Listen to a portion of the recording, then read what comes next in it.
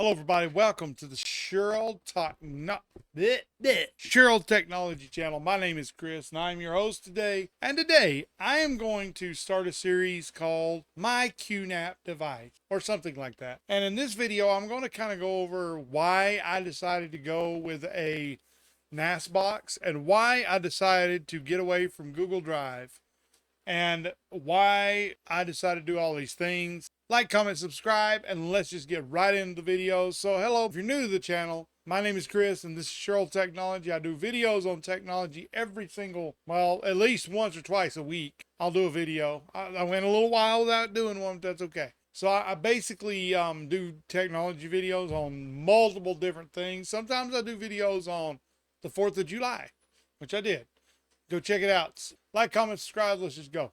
So in this video, I decided that I wanted to do a video on why I decided to get away from Google Drive and go with the NAS. Now, it took me a year to do it. So here's basically what happened. So I kept doing these videos, and I noticed that every time I would upload to the cloud and download it, and would have to download it back down, it would take forever. And I'm like, what in the crap is going on? I have a 500 meg connection at my house, up and down, megabits per second. And what ended up happening was after I started looking at the prices of NASs, I got a QNAP. So you can see mine is this one right here. This one, the TS-x53D. So mine is the 4-drive one, the 4-drive model, and it has an Intel Celeron quad core, 2 gigahertz. Not very fancy, not very fast either.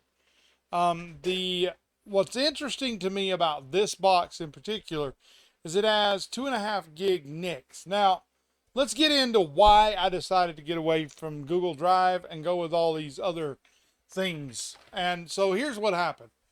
The Google Drive, I kept the speed part and the cost. I bought this box over a year ago, and it has worked, man, flawlessly. Let me say that again, flawlessly, since I got it, and I've had zero issues, and it's just worked really well, really well. Now, I bought it because at the time I was doing a lot of videos. I mean, I was cranking out 2 or 3 a week, and I kept running out of space to put them all. I mean, there were so many of them that I ran out of room to put them.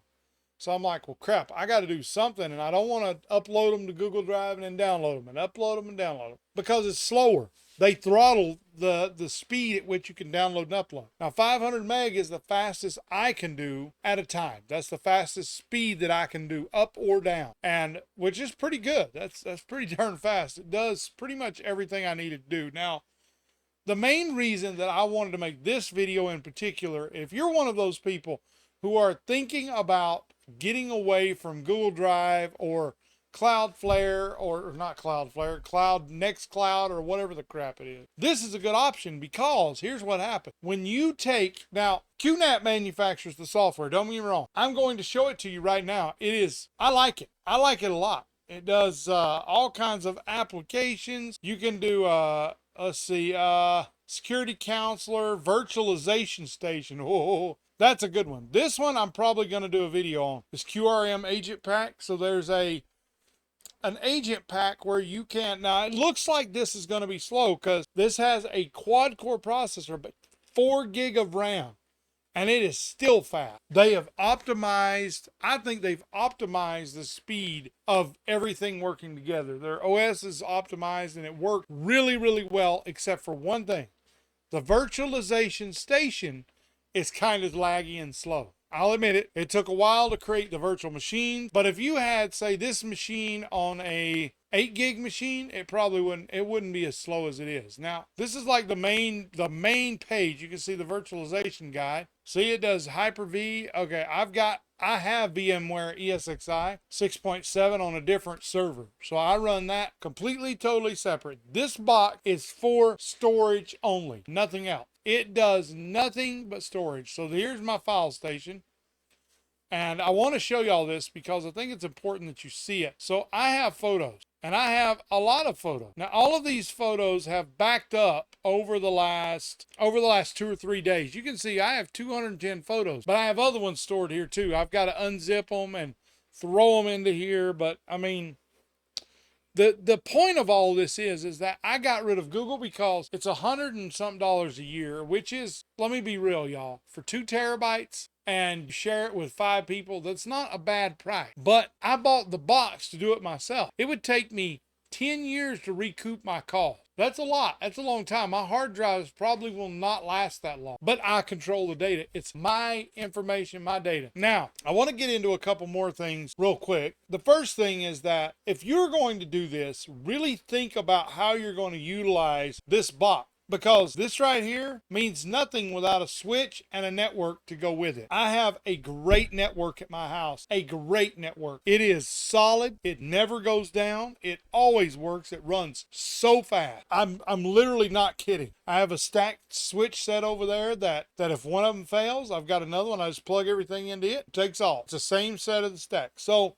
basically the 2.5 gig will do you no good if you don't have the backbone, the back infrastructure to do that. But I can tell you, this is a solid machine. I like it. There's 4 drives. They sit vertically like this. So this little cover slides off. You can see the little buttons right here, the little braille looking thing. Pull that and then it pulls right off. And you see 4 drives lined up. Now it's got a PCI Express slot also, which I probably won't utilize because I don't have nothing to utilize it with. So at some point I will run a bigger switch. I will get a bigger 2.5 gig switch or maybe even a 10 gig. But for now, this is what I use. Now it says it'll do all this 4K output. I don't care about all that. I'm not using it for video. It's storage only. So if you're thinking about buying one of these, well, there's a couple questions you need to ask yourself. How are you going to use it? And how fast do you need it to be? For me, I'm perfectly happy uploading my photos and videos. I have an app on my phone called QFile. That I think, oh, you can see it right here. Check this out. So if you look at that,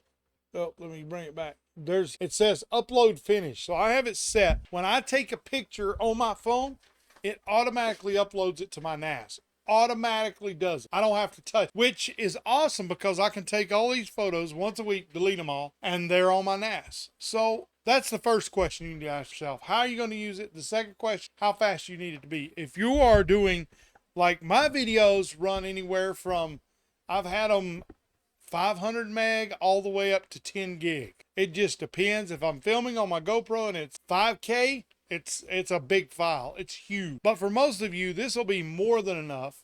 I'm just taking the videos and I file them on there. So what I do is I take the video on my desktop, this computer you're on right now, it's a Windows machine, an Asus, which I may do a review of that at some point. And I take that machine and I take that file, check this out, and I go here. See, this is my NAS right here. See, and it has all my stuff on it. Flight sim, create zip folders. It has all of my stuff on it. And so that's where I put all of my videos. I move them to there. And then over there, I have a MacBook Pro, M1 Mac Pro. It's an M1, oh my goodness. A MacBook Pro M1 Pro. There we go. And I paid about $1,800 for it, but I can honestly tell you it's the best editing machine I have ever used, and I love it. I was going to sell it at one time, but I've changed my mind. I'm not going to sell it. I'm keeping it because I bought a dock today at Goodwill for $25, and I'm very happy with it. So the next question that you need to ask yourself, if you're going to use this, you need something that's easy to manage because,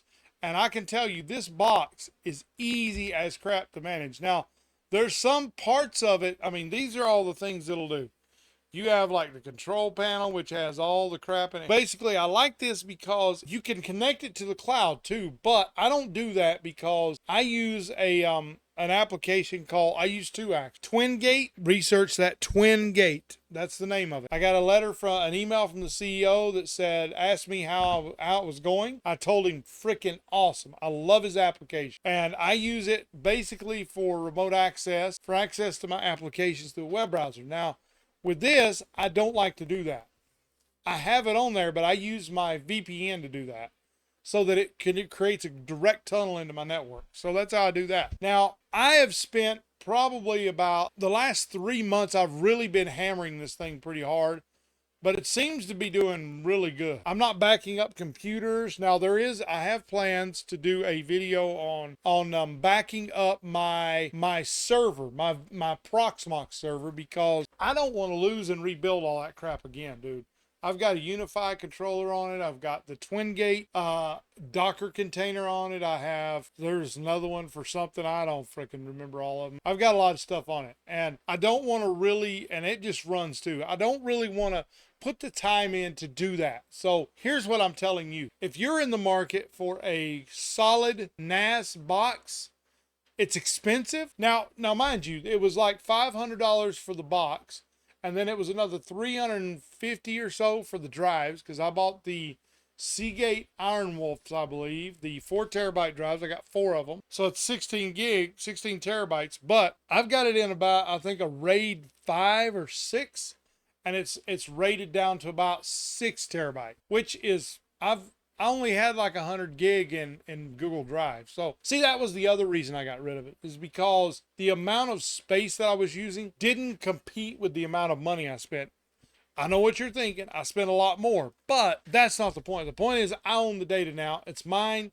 Can't nobody tell me what to do with it. Now, so that's kind of what I wanted to tell y'all. This video was kind of like I got out of the bed and came down here and did it because I wanted another video to do. So this seemed like a good video. Now, I'll go into more detail later about why the reason I picked this particular model is because it's the only one they had. Micro Center, I love you. I picked it because this is literally the only one they have. And I'm like, hey, I was going to get a Synology. But then after I found out that I actually like QNAP a lot. I like their software. It's just smooth and it worked very, very good. I love this box, man. I love this box. So I've got some more plans for it in the future, but I don't know how long it's going to be before I get there. I mean, it's kind of I'm kind of trying to figure out. I go on vacation Friday morning. We're leaving here about 10 o'clock at night tomorrow, and I'm going to try to have this uploaded before that time, so that by the time I'm going to schedule it out, so that it works for y'all. So that's really what I wanted to tell y'all.